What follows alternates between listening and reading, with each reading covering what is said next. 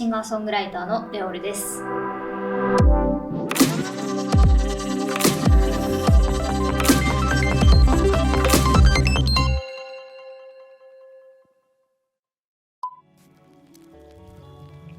10年前に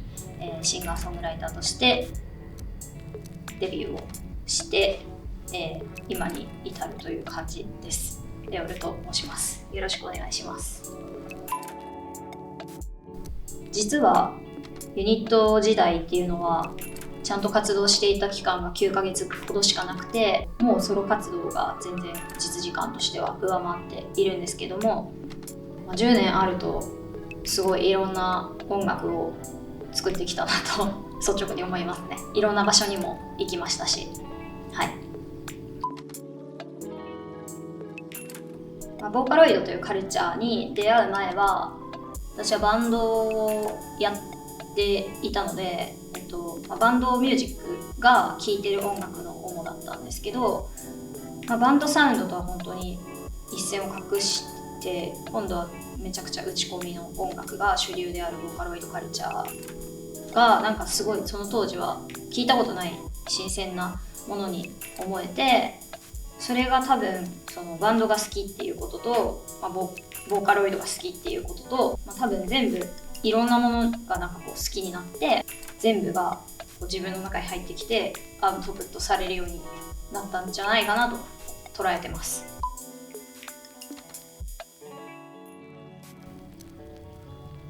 そうですね、ありがたいことにもう何作品かで担当させていただいたんですけど、なんか新鮮でしたね。最初担当したのはエンディングだったので、エンディングのエンドロール、スタッフクレジットのところに、自分の曲のタイトルと自分の名前が上がってくるっていう絵を見た時に、先になんかオンエアの前に見せていただいたんですけど、なんかその時になんかようやく実感が湧いたというか、本当になんかこれがテレビで流れるんだなっていう、なんか嬉しかったです。見てました。ちょうど夕飯時ぐらいまでの枠とかでやってたような犬夜叉とか名探偵コナンとかがやってたのが多分自分的には世代で、その頃とか見てましたね。一番好きなアニメは名探偵コナンです。今は青のエクソシスト雪の果て編は担当させていただいているので、毎週そのリアルタイムで見れない時も後から追っかけで見たりとかしてて、あとは血を見てます。面白いです、どっちも。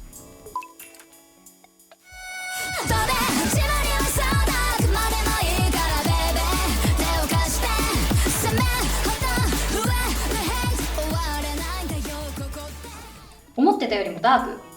な要素も結構あるんだなっていう、本筋がこう展開していく部分とか、ちょっとなんかショッキングっていうか、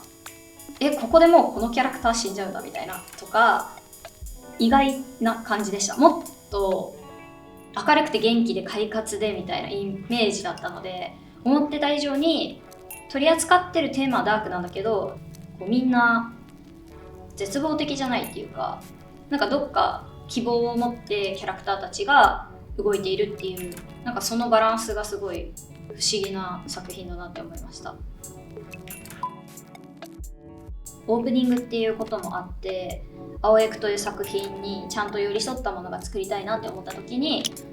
私が今回担当している雪の果て編というシーズンは、霧隠れシュラっていう女性キャラクター、女教師キャラクターと、リンの弟であるユキオのその、2人がちょっと主人公のリンとちょっと心が離れちゃうっていうか、2人とも何考えてるのか分かんないみたいな状態に突入していく、ちょっと青役の今までの流れとは違う。今まではこうリンのチームメイトっていうかルームメイトたちのそれぞれのバックボーンにこう光が当たって、このキャラクターはこういう人生を歩んできたんだ、だからこれと今戦ってるんだっていう、なんかそれをみんなで助けに行くっていうか、なんかそれをやっていたフェーズだったのが、ついにリンとユキオとそのシュラと、もっと言えばその2人のお父さんにあたるそのシロの物語がようやく動き始めるっていうすごく重要な場所を担当させていただくことになったので、個人的にはユキオの気持ちの方が感情移入したというか、読んでいてキャラクターとしてなので、なんかそういう葛藤を描けたらいいなって思ってました。そのアニメとか漫画のキャラクターたちに限らず、私たちを取り巻くその人間関係っていう誰しもが持っているもの、人間として生きる上で絶対に人と関わらなければやっていけない部分とかがあって、そうやって毎日を生きる中でなんか誰かの境遇を羨ましく思ったりとか、自分との違いをすごく自分の中で比べちゃって、それで苦しくなった経験っていうのは、きっとみんながしたことがあることだろうし、私自身もなんかそういうことを考えたこともたくさんあったので、そういう部分に対してやっぱりユキオが悩んでいるっていうのが一番自分が描きたいところとリンクした感じがありました。でも子供ながらに名探偵コナンのオープニングとエンディングがなんか全部見てたし、ガーネット・クローが担当していた曲が印象にすごく残っています。進撃の巨人ですかね。1話が放送される頃ぐらいすごく話題になってて、興味本位で見てみたらだいぶショッキングな1話の終わり方でこれはちょっとなんかショックを受けたっていう感じが一番表現として多分傷ついたっていうか、全部読みたいと思ってその時出ていた漫画を本屋さんに買いに走って、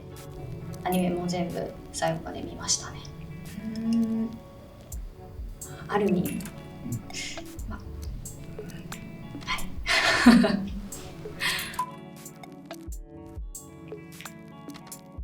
私にとっては CD を作るとかライブをするとかミュージシャンとして活動するっていう行為において一番近くて一番自分がすぐに発信できる場所が動画を上げるサイトだったように思っていて、最初の頃とかはスタッフとかもいなかったし、自分で本当に全部アップロードをしていて、なんかすぐにリンクできる、聞いてくれるリスナーと、しかもそれが日本だけにとどまらず海を越えてコメントとかをたくさんもらったりとかして、すごいことがここから起きてるなっていうのをなんとなく感じていました。これまでいろいろ行かせてもらってて、ロンドンだったりとか、あと東南アジア圏、インドネシアとか、中国、韓国とかいろんな場所行かせてもらいましたけど、アメリカ行ってみたいというかライブをしてみたいですね。ダークファンタジーが好きなんですよ。進撃の巨人もそうですし、名探偵コナンもちょっとそういう要素があるかなとは思うんですけど、あんまり住みたくない住みたくない、この世界にいたくない作品が好きな傾向がありますけど、青江区の校舎には行ってみたいですね。エクソシストの学校、みんなとその教室とかがどうなってるのかとか、すごい行ってみたくなる。なんかバーってめちゃくちゃ高いところに橋があったりとか、なんかあれは肉眼で見れたら圧巻だろうなって思って漫画を読んでます。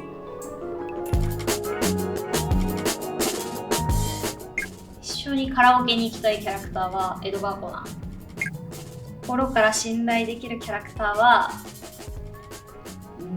灰原哀。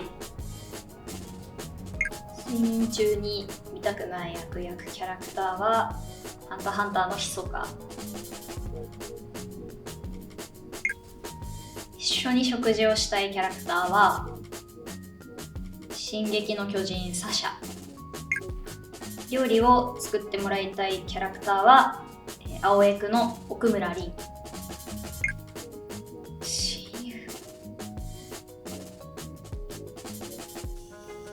親友になりたいキャラクターはハンターハンターゴン。一緒に買い物に行きたいキャラクターはナナの大崎ナナ。一緒に旅行に行きたいキャラクターは進撃の巨人アルミン・アルレルト。ルームメイトになりたいキャラクターは青江区の神木出雲。家族に紹介したいキャラクターは名探偵コナンの吉田あゆみちゃんです。クランチロールをご覧の皆さん、ここまで見てくださってありがとうございます。今10年活動をしてきて、いろんな場所に行ってライブをさせてもらうことが叶っているんですけど、まだまだ行けてない場所もたくさんあるので、皆さんが住んで楽しんでくれている、国にも、どんどんとライブをしに出かけたいなと思ってます。あなたの国に行った時にはぜひライブに来てください。よろしくお願いします。ヤブルでした。